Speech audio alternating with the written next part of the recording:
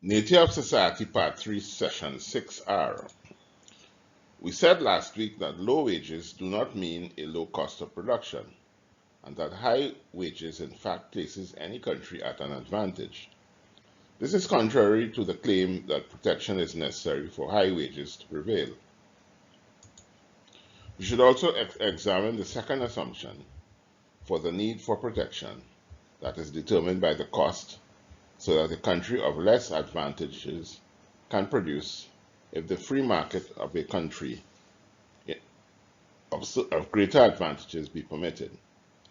We are also told that a country needs protection because its potential advantages must be developed, and we are also told that protection is needed because of small population, low levels of capital, machinery, skill, high taxes or high interest rates, or other conditions of perceived disadvantages. Despite all these pleas of advantages or disadvantages, a country can always increase its wealth by foreign trade. The free trade of commodities between two countries will be mutually beneficial, by each availing itself of the advantage of the other, and thereby removing its disadvantage. Trade between them will give to each country a greater amount of all the things that it could not otherwise obtain with the same quantity of labor. This is analogous to two workmen, both specializing in a specific skill, working together, each devoting himself to the part where he is skilled, and both accomplishing more than twice as much than if he worked separately. So if we reiterate the point, trade between countries results in both countries gaining the advantages of the other, so that each could then concentrate its energies upon the production of things in which its advantages are greatest. Thus, there are neither advantages nor disadvantages to be had for restraining trade, and if in fact there were these, trade would decrease, and not increase as it has been increasing over the millennia. Thus, we may begin to see the fallacy of the protectionist sentiment that contends that shutting out foreign products is advantageous to a country, if even we must pay higher prices for the local product. Just to make the point again, we can quote Henry George. Thus, tea, which Horace Greeley was fond of referring to as a production that might advantageously be naturalized in the United States by a heavy duty, could undoubtedly be produced in the United States at less cost of labor than in China, for in transportation to the seaboard, packing, etc., Americans could save upon Chinese methods, but there are other things such as the mining of silver, the refining of oil, the wearing of cloth, the making of clocks and watches, as to which their advantage over the Chinese is enormously greater than in the growing of tea.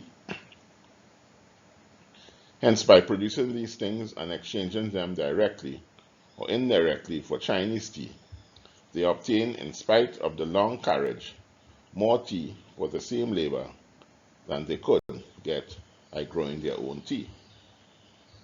Protection of free trade. For any country to impose restrictions on its imports on account of its own perceived disadvantages in production is to prevent the negation of those disadvantages that this trade might bring. Free trade, we remember, is voluntary. It cannot take place unless there is an advantage to both parties, and as of the two, trade is relatively more advantageous to the poor and underdeveloped than it is to wealthier countries. The opening up of trade to a Robinson Crusoe and the rest of the world would be to the advantage of both parties, but relatively the advantage would be far greater to Robinson Crusoe than to the rest of the world. Protection and free trade. Some protectionists concede that free trade is a good thing, but will not safely adopt it until all nations adopt it, or until all nations come up to a standard of living, or at least all men seek the interest of others, as opposed to their own self-interest. They say that so long as countries maintain their protective tariffs, they should maintain their tariffs too. The principle that underpins this belief is the fallacy that the country of low wages can undersell the country of high wages, and the overriding notion that the abolition of duties by any country is to the advantage, not of the people of that country, but of the people of the other countries that are thus given free access to its markets. To export is more profitable than to import.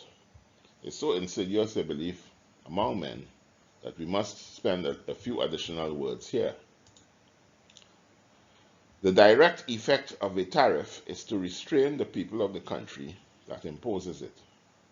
It curtails the freedom of foreigners to trade only through its operations in curtailing the freedom of citizens to trade. So far as foreigners are concerned, it only indirectly affects their freedom to trade with that particular country, while to citizens of that country it is a direct curtailment of the freedom to trade with all of the world. Since trade involves mutual benefit, it is true that any restriction that prevents one party from trading must operate in some degree to the injury of another party.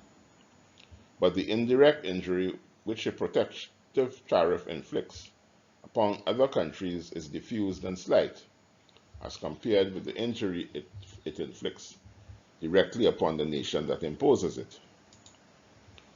For any nation to restrict the freedom of its own citizens to trade, because other nations so restrict the freedom of their citizens, is a policy of the biting off one's nose to spite one's face order.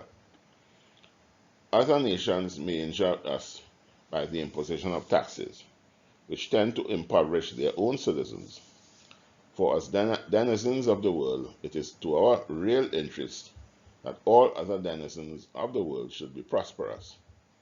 But no other nation can thus injure us so much as we shall injure ourselves if we impose similar taxes upon our citizens, our own citizens, by way of retaliation, protection, and free trade.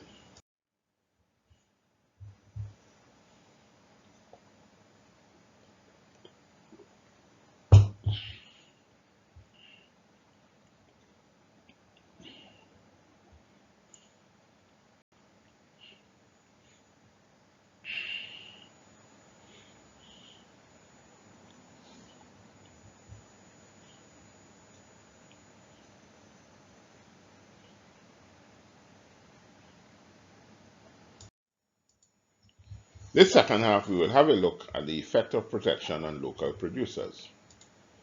The protective theory suggests that a duty on imported goods causes its selling price to be above the price of local goods, and in so doing protect the local producers from foreign competition. This will allow larger profits than can be devoted to increasing production. But when we see that the whole class of protected producers growing rich at the expense of common citizens, this is the contradiction. Every tax that raises prices for the encouragement of one industry must discourage all the other industries into which the products of that industry enter. For example, the duty that would increase the price of timber would adversely discourage industries that use timber, example, house building, and all other wood products. Similarly, a duty on iron would affect iron products, etc. It is clear that every additional industry protected would lessen the impact of the whole regime of encouragement. Those industries that make their way principally because of protection are in fact protected from domestic competition and are de facto monopolies. When this is the case, there is stimulation for greater productivity. What happens then is that the producers are allowed to pocket as high profits as the protection will allow. This is the reason for the formation of cartels, etc., to secure or limit competition with local or foreign so that profits of a certain size could be guaranteed.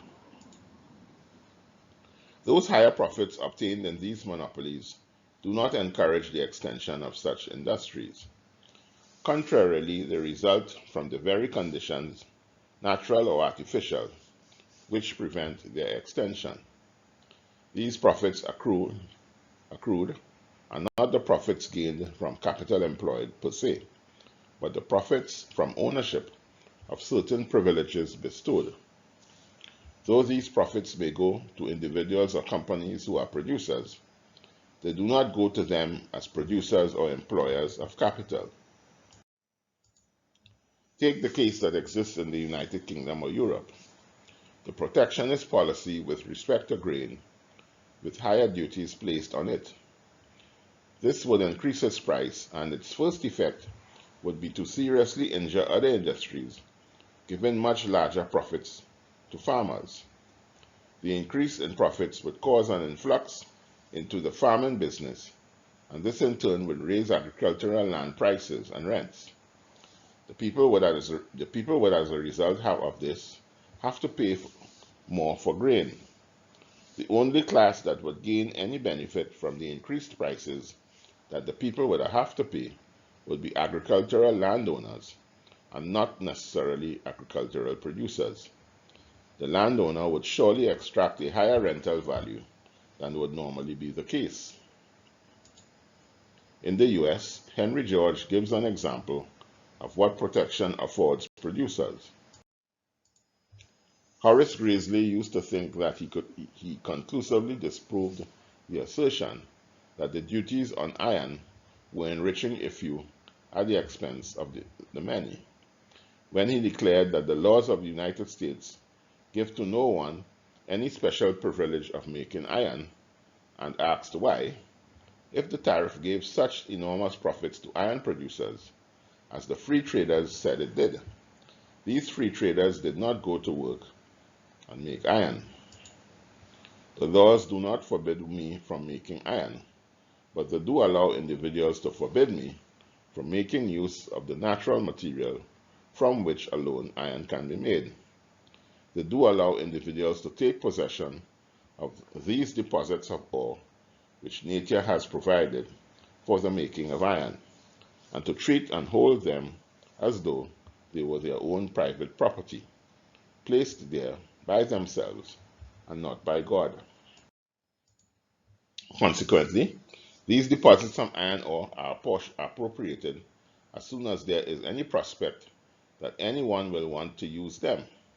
And when I find one that will suit my purpose, I find that it is in the possession of some owner who will not let me use it until I pay him down in a purchase price, or agree to pay him in a royalty of so much per ton, nearly, if not quite, all I can make above the ordinary return to capital in producing iron. Thus, while the duty which raises the price of iron may not benefit producers, it does benefit the dogs in the mangers, whom the law permits to claim as their own the stores which eons before men appeared were accumulated by nature for the use of the millions who would one day be called into being, enabling the monopolists of iron land to levy heavy taxes on their fellow citizens long before they could otherwise have done so. Protection and free trade. Next week, we will continue our discussion on trade. Before we end, I would like again to let you attendees know that Unsustainable Development is an educational offering devoted to the dissemination of its cause to all of mankind and to those who have English language as their official language in the first instance, and to all, eventually all over the world. To make this possible, and because we do not charge a fee for its dissemination, we rely wholeheartedly on monetary donations to meet the cost of achieving these goals. If you have found these sessions useful thus far and would like others to have access to them, we would gratefully accept your donations, should you be inclined to offer them. You can send donations to our PayPal account at the email address nigelgittins@gmail.com. Thank you for your kind gesture.